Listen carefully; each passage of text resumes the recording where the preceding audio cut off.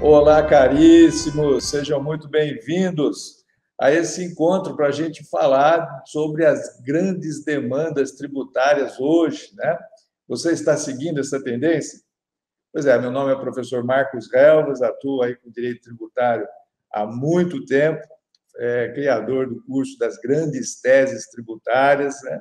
Formamos muitos colegas aí na área tributária, ensinando sobre as grandes teses, e agora falando na FIA sobre o nosso curso de pós-graduação, e essa é um dos temas que nós vamos conversar com você com mais detalhes, né, dentro das nossas aulas.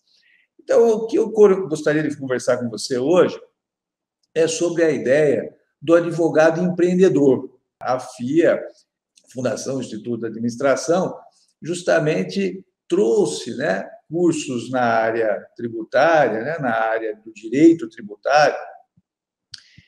Não é para criar outro curso, que tem muitos cursos já voltados especificamente para isso, com instituições tradicionalmente voltadas ao direito, mas justamente para atender e para formar o advogado empreendedor.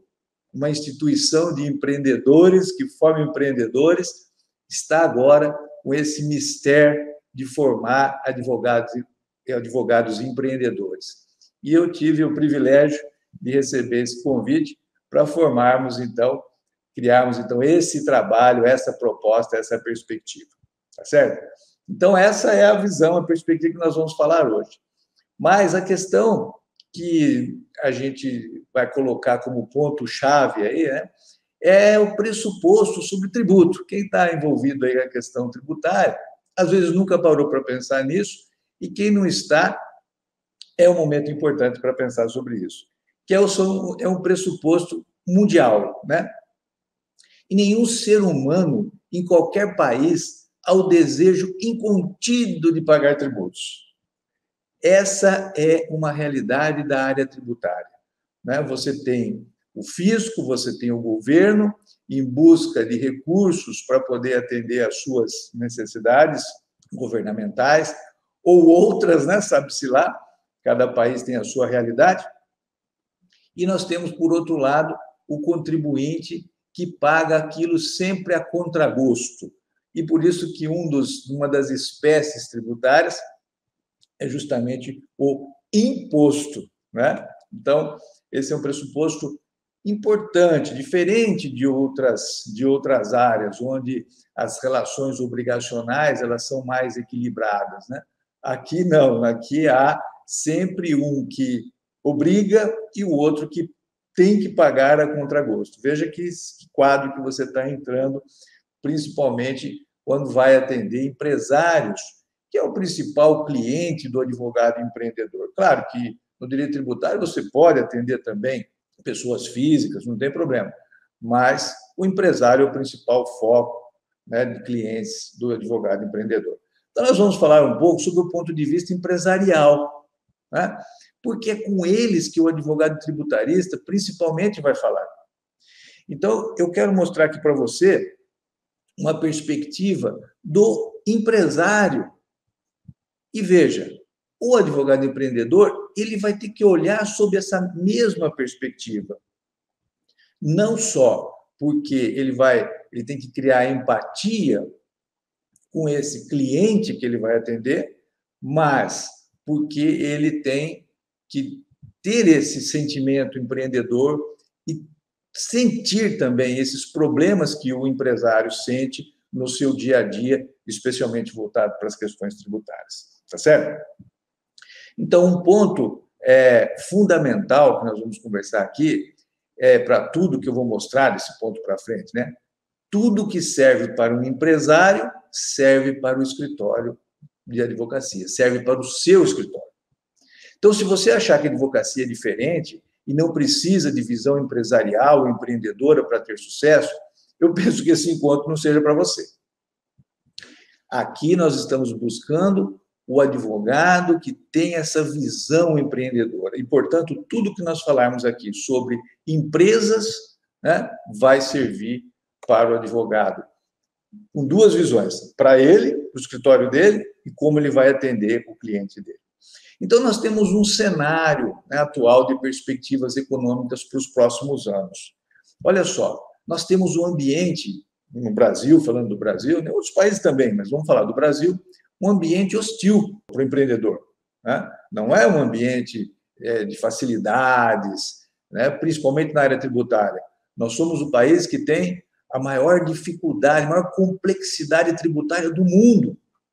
Do mundo. Isso, né, com pesquisas, com dados concretos falando sobre isso. Nós demoramos hoje 1.600 horas, já foi há poucos anos atrás 2.600, hoje é 1.600 horas, em média, para se pagar tributo no país. Isso é a pior marca que nós temos no mundo. O segundo lugar, o segundo pior do mundo é a Bolívia, que gasta-se 1.000 horas para se pagar tributos. Então, você imagina que ambiente que se vive o empresário, não só do ponto de vista tributário, mas também do ponto de vista comercial, do ponto de vista burocrático em geral. Né? O cliente cada vez mais exigente e infiel à marca. Essa tem sido uma característica dos tempos de hoje, né? E vai acontecer no seu escritório também. Então, o cliente exige e toda vez que surge uma marca nova, uma situação melhor, ele migra para lá sem preocupação. Antigamente, existiam clientes que ficavam durante muitos anos, décadas, com o mesmo advogado, com o mesmo escritório. Hoje, isso está muito diferente. E assim as empresas. Existiam clientes que compravam sempre aquele mesmo carro daquela mesma marca, ou compravam um computador daquela mesma... Hoje, não. Cada nova coisa que surge, esse cliente ele vai buscar essas novidades. Nós temos um alto índice de obsolescência dos produtos, o que leva os clientes a essa infidelidade.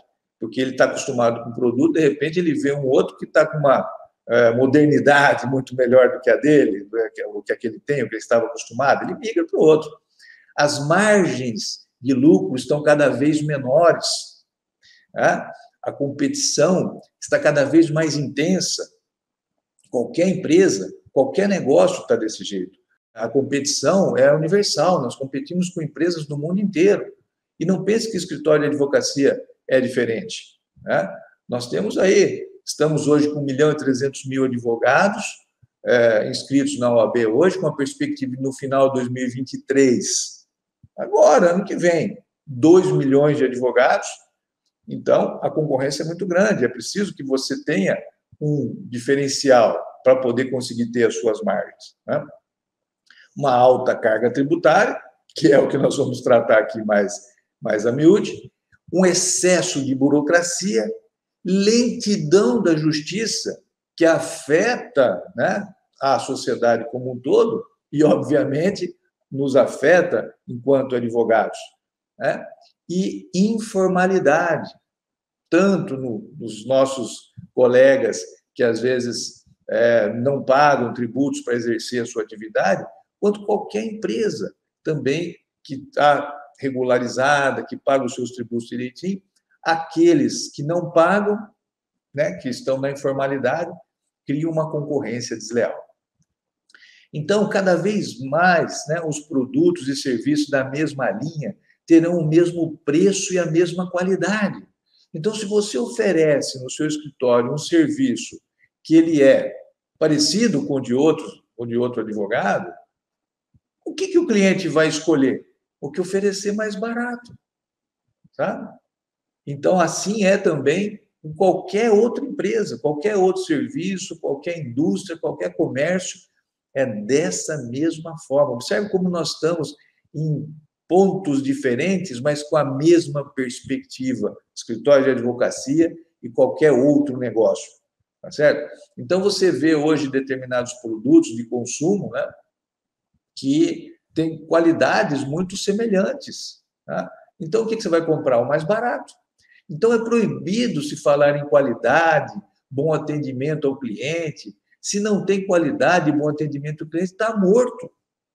Antigamente, olha, o nosso diferencial é porque o nosso produto tem mais qualidade. Eu, às vezes, vou em alguma loja, algum lugar comprar alguma coisa, o pessoal fala assim, nossa, mas o seu produto está muito mais caro. Fala, não, mas é porque o nosso produto tem melhor qualidade. Eu já fico preocupado, porque hoje, sabe, qualidade já não é diferencial. Não é diferencial, né? Muitos produtos têm boa qualidade. Não, a nossa loja tem um bom atendimento, né?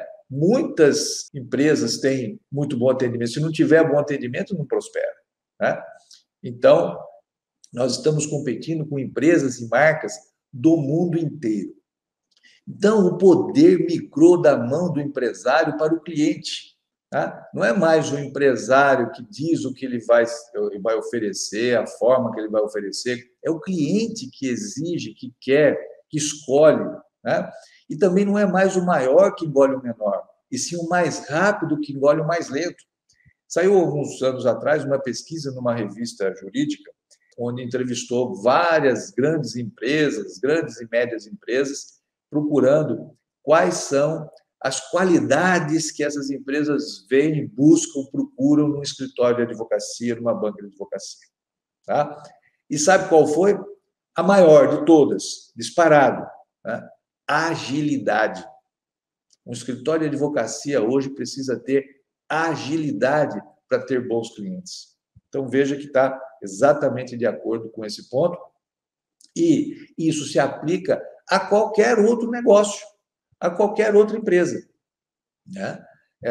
Empresas grandes não significam que elas vão engolir as menores, não. Tem muitas empresas pequenas com agilidade ganhando muito espaço no mercado. Então, saber identificar para onde o mercado vai é muito importante. É preciso identificar e agir. Então, isso é o que está vivendo as empresas que vão ser clientes de vocês, e isso é o que está vivendo e deve ter clareza, consciência, um escritório de advocacia moderno. Então, eu costumo mostrar esse exemplo, que é do professor Marins, né? Todo mundo conhece aí o professor Marins, especialmente quem é da FIA, né? Ele deu esse exemplo há um tempo atrás, eu guardei porque eu achei muito interessante, né? Então, ele falava o seguinte, né? Na década de 60, o cliente era uma maldita molação. Ele ia comprar um Fusca azul e saía com uma Kombi branca, porque o poder estava na mão da empresa, do empresário. Ele vendia aquilo que ele tinha, e o cliente não tinha muita escolha. Né? Na década de 70, as empresas já tinham que satisfazer o cliente. Se a empresa não satisfizesse o cliente, ela perdia o cliente. Tá? Na década de 80, ela tinha que surpreender o cliente. Se a empresa não tivesse a capacidade de oferecer alguma coisa a mais, de entregar um serviço diferenciado, ela perderia o cliente para a concorrência. Na década de 90, ela tinha que se comprometer com o sucesso do cliente. Então, já não se vendia mais carro, por exemplo, falando, olha, o motor desse carro é sensacional, ele não quebra, ele é um carro que tem, né, uma pintura, tem roda, não adiantava mais isso, porque isso era um argumento genérico. Né? Então, a empresa tinha que saber o que é que o cliente queria. Então, era uma família, né? Então ele teria que oferecer um veículo que fosse voltado para a família. Era um jovem que queria ter um carro esportivo, ele tinha que oferecer. Então, ele tinha que se comprometer com o sucesso, o desejo do cliente na década de 90.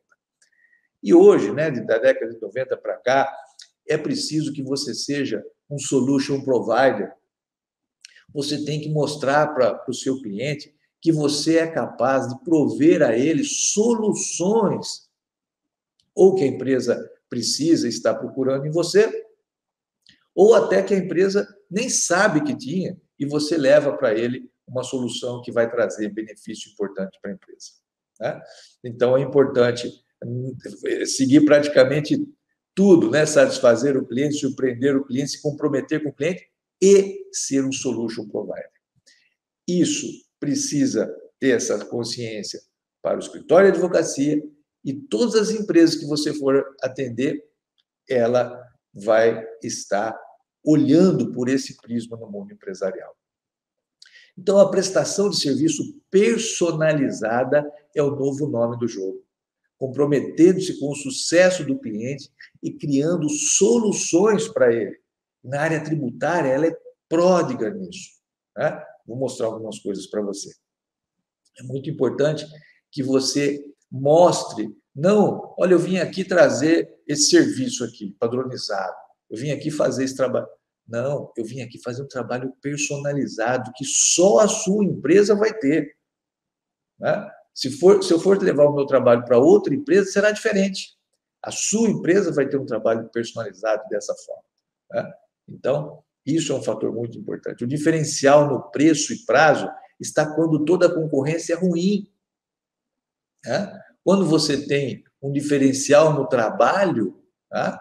Então, o seu preço pode ser acima. Então, quando tem um diferencial, o preço cai para quarto ou quinto lugar. Sabe? Isso é pesquisa. E todas as empresas sabem disso. Tá? Então, elas procuram ter diferenciais para atender você. Por isso que hoje, né, com essa mudança constante que nós estamos no mundo, as empresas buscam, né, ser disruptivas, criar soluções diferenciadas, essas startups, né, crescendo rapidamente, porque é disso que o mundo está precisando. Tudo aquilo que é padronizado, que é comum, que serve igual para todo mundo, a competição está no preço. Tá? E aí, 1.300.000 advogados hoje, 2 milhões de advogados ano que vem, imagine que preço você vai poder cobrar. Né? Então, nós temos também novos paradigmas de diferenciação, que é a questão de ética nos negócios, um assunto que não era tratado antigamente, e hoje isso tem valor para as empresas, né? Muitas empresas de melhor porte, elas estão preocupadas com isso. O seu escritório precisa estar preocupado com isso, cuidar desse aspecto ético. Responsabilidade social. Então, você tem que saber que as empresas de melhor porte estão preocupadas com isso. E o seu escritório? Como você se apresenta nessa parte? Responsabilidade ambiental. Será que você participa de alguma coisa que, às vezes, isso pode ser muito importante para a empresa, contratar somente pessoas que têm esse tipo de postura? Né?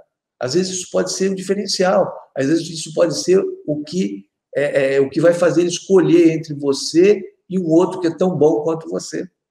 Tá? Respeito e preocupações com funcionários, deficientes físicos, idosos, a questão de gênero, né? Também é muito importante. Tenho visto muitos casos, né, de muitas mulheres que, às vezes, não compram determinados produtos.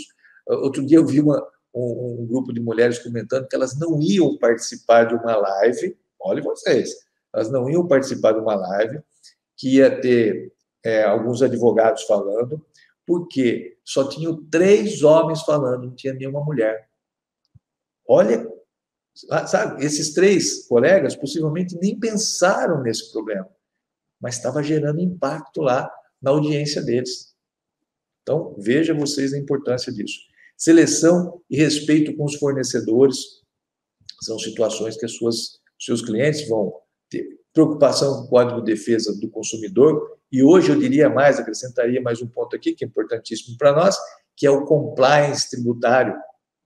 As empresas estão preocupadas porque o fisco tem cruzamentos com máquinas de alta tecnologia para verificar tudo o que está acontecendo na empresa. Então, às vezes, eles estão fazendo algumas coisas que eles nem sabem que pode estar inserido em algum problema muito sério e amanhã são surpreendidos com uma multa gigantesca. Então, eles precisam ter essa preocupação de saber se ter tecnologia tributária, inclusive, para saber se eles estão de acordo com aquilo que o fisco exige, para não serem surpreendidos. Né? Então, os homens de negócio fracassam em seus empreendimentos porque gostam tanto da antiga forma que não conseguem promover a mudança. E isso é a mesma coisa, serve para o nosso escritório. Então, visualizando o cenário atual, destacamos aquele que entendemos ser o principal e o mais difícil dos problemas a serem resolvidos pelo empresário. Todos esses problemas, os empresários estão acostumados a lidar. Estão acostumados, eles sabem resolver isso de uma forma muito boa. Né? Nós, advogados, precisamos aprender muito dessas coisas com os empresários, tá? Mas tem um problema que os empresários têm dificuldade, são obstáculos ao desenvolvimento do nosso país e apontados como um dos componentes chamados de ambiente hostil. É o problema da carga tributária. Esse o empresário não consegue resolver, porque ou ele sonega e pratica, portanto, crime, ou ele tem que pagar uma carga tributária altíssima. Tá? Como fazer? Como resolver isso? Aí que entra o nosso trabalho. Então, o cidadão ou empresa, para não ver os seus sonhos e seus direitos de gozarem os bens da vida serem confiscados, por certo, encontrarão caminhos para não pagarem o que lhes é imposto. Que caminhos? Então, cabe a nós, né, que eu costumo chamar de guerreiros sociais, que nós somos, advogados tributaristas são guerreiros sociais, são aqueles que vão levar caminhos adequados, e não aqueles caminhos que vão levar a empresa, muitas vezes, o empresário, a uma situação de risco. Né? Então, a carga tributária integral, ela recai apenas sobre uma parcela do mercado, devido à grande informalidade ainda vigente no Brasil. Tá? Não é todo mundo que paga. Então, quem paga tem um custo mais elevado do que aquele que não paga. Ele tem que concorrer com esse. Pressão para baixo dos preços dos produtos pela via da concorrência desleal, que é a sonegação. Comprometimento da capacidade contributiva dos que estão atuando na legalidade e empurrando para a informalidade. Então, aqueles que estão na informalidade acabam puxando os outros, porque ele precisa competir, ele precisa vender, e para ele vender, ele não consegue reduzir os custos operacionais dele, custo do produto, custo de produção. Às vezes ele tem que reduzir aonde? Dos tributos, que é a segunda maior conta de qualquer balanço de uma empresa. Se você somar todos os tributos, só perde para custo de aquisição, ou no caso da indústria, o custo de produção, e no caso das empresas de serviço, folha de pagamento. Tá? O segundo maior custo de uma empresa é o somatório dos tributos. Então, esse é o cenário, né? Uma informalidade estimada no Brasil ainda é de 40%, sendo que a informalidade nos países envolvidos é de 0,5%. Então, veja a situação que o empresário vive. E nós temos um paradigma tributário, né, complicadíssimo, muito antigo, que é usado ainda hoje. Né? O fisco acredita que as empresas não pagam tributos porque não querem. Porque olha só como é fácil, olha só esse paradigma. Né? Então, a empresa tem o custo de produção, ou se for indústria, ou custo de aquisição, se for comércio, né? Ou folha de pagamento, se for uma grande prestadora de serviço. Aí ela tem custos fixos, energia elétrica, aluguel, prédio, uma série de coisas. Tá? Aí ela coloca os tributos que ela tem que pagar, aí ela soma tudo isso, a margem de lucro que ela deseja, e ela chega no preço que ela vai vender. Isso daqui é do tempo em que quem mandava era a empresa e não o cliente. Então, o que a empresa fazia? Ela pegava os seus custos, fixos e variáveis, ela somava os tributos que ela tinha que pagar, ela colocava uma margem, falou, quero ter uma margem X. E aí chegava no preço, vou vender por esse preço. E quem quisesse, pagava. Mas hoje não é mais assim que acontece. Então o fisco fala, não, é só colocar no preço o seu tributo, acabou-se. Não é. A realidade do mercado hoje ela é invertida. Tá? Começa com o preço que o mercado paga do produto ou serviço. Existe um preço limite. Se você ultrapassar aquele preço, o mercado não paga, não compra, simplesmente. Ou por conta de concorrência desleal, ou porque ele não tem a capacidade ou não vê o valor suficiente para pagar aquele preço. Então, daquele preço que se pode vender, você tem que tirar, a empresa, né? Tem que tirar o custo de produção ou custo de aquisição, tem que tirar os custos fixos, tem que tirar os tributos para ver quanto que sobra, que vai ser a margem de lucro possível. Olha que inversão de paradigmas importante. Então, você que é advogado tributarista, que vai conversar com os empresários, precisa saber disso. Se você não sabe dessa estrutura, desse problema que o empresário paga, você fica com uma visão completamente errada do porquê que às vezes ele deixa de pagar tributos. Olha só essa planilha. Tá? Isso aqui, eu não vou entrar em detalhes, é só para você ter uma ideia. Empresas de pequeno e médio porte, tá? Faturamento, por exemplo, na ordem de R$700 mil por mês, tá? Empresa pequenininha, faturamento de esporte. Não são todos os segmentos, claro, alguns segmentos são diferenciados, mas tem muitos segmentos que estão inseridos nesse contexto. Tá? Ela fatura R$700 mil, aí ela paga PIS, paga COFINS, paga CSL, paga imposto de renda, empresa do lucro presumido, tá? Uma empresa que está num sistema, um regime tributário chamado lucro presumido. Ela paga ICMS, ela paga outros tributos e sobra uma receita líquida para ela de R$ 574,390. Estão acompanhando na planilha? Tá?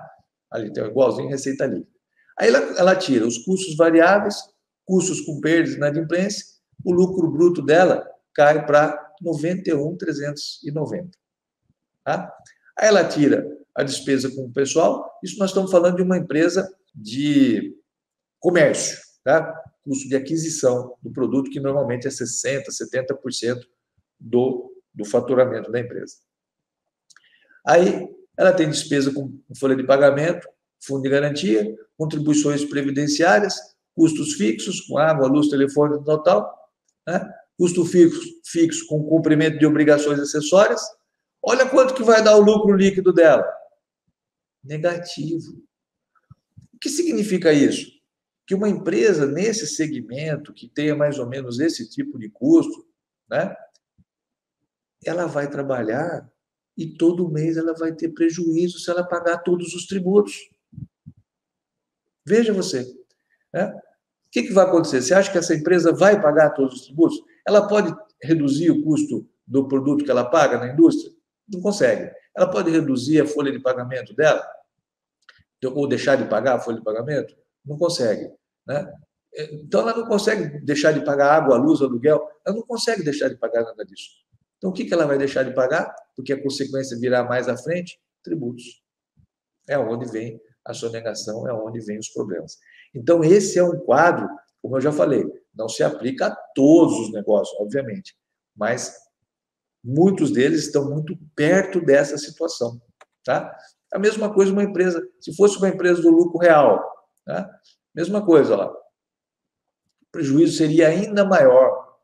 Tá? Uma outra forma de tributar, o prejuízo seria ainda maior.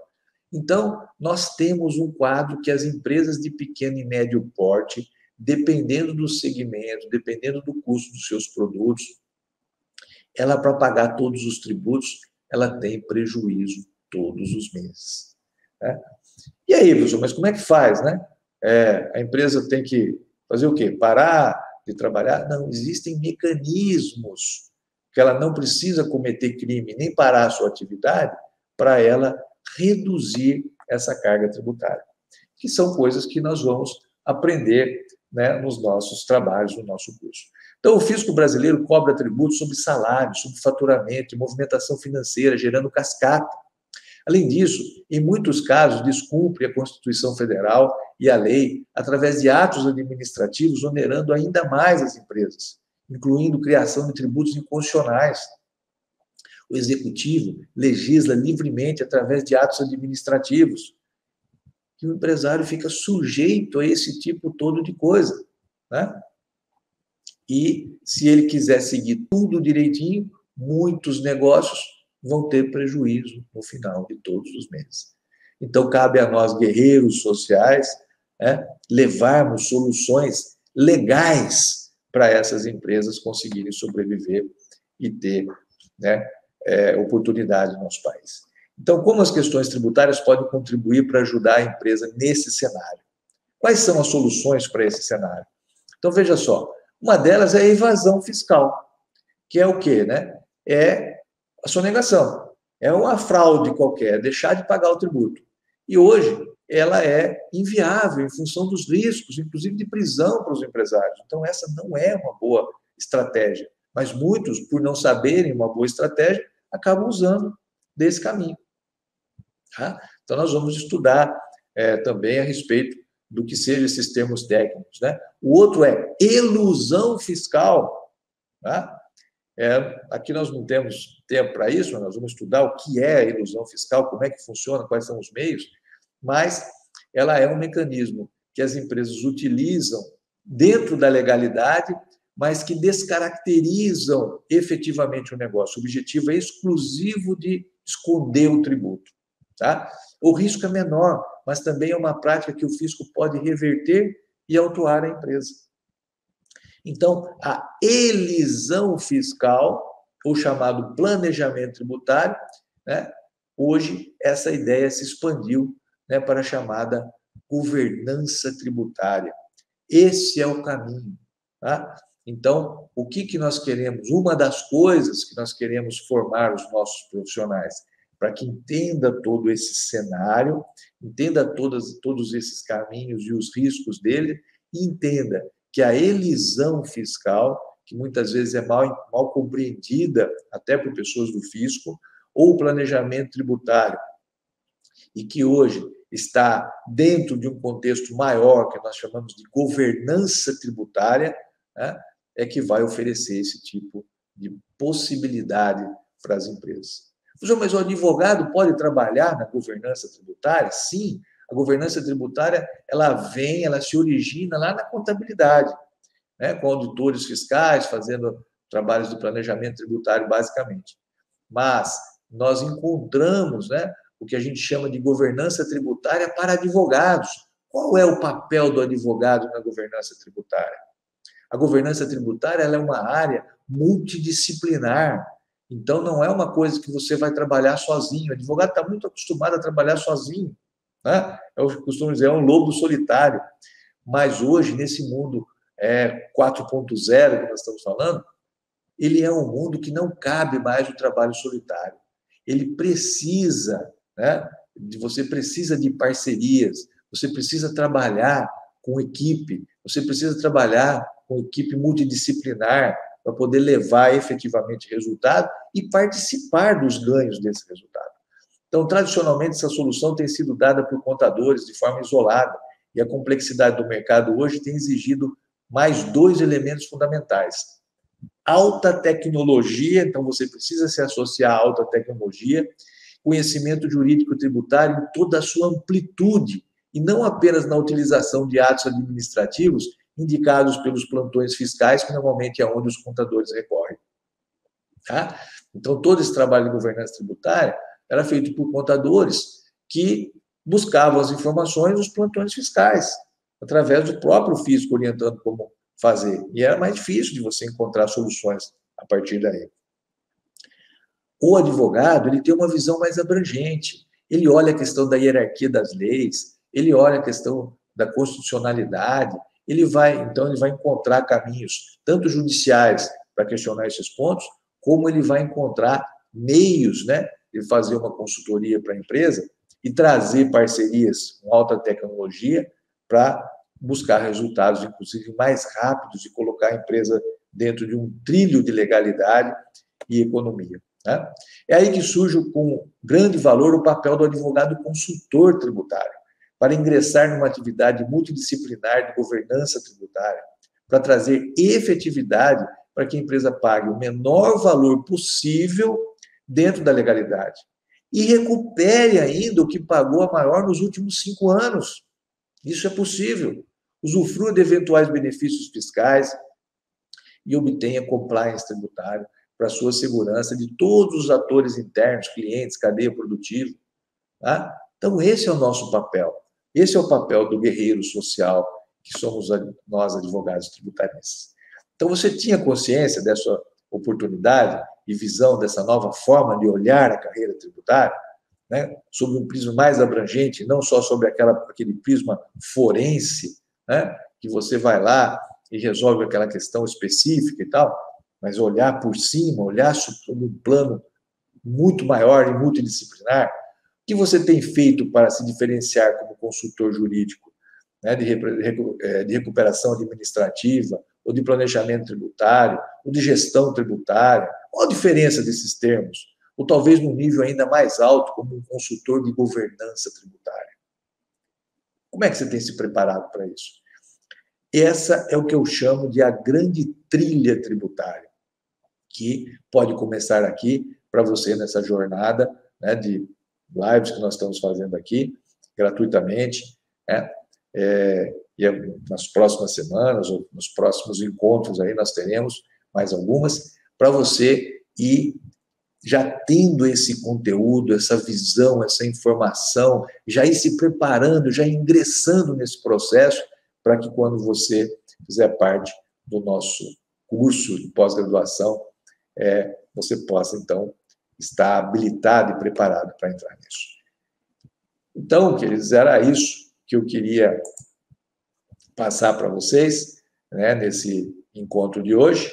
Eu espero que você tenha, enfim, aproveitado essas ideias para fazer as suas reflexões e identificar qual é o seu caminho nesse processo de transformações tão intensas que nós estamos vivendo e o advogado tendo que se reinventar cada vez mais para poder se diferenciar nessa concorrência tão grande que nós temos. Tá bom? Muito obrigado pela sua presença aqui e eu vejo você no nosso próximo encontro. Até lá.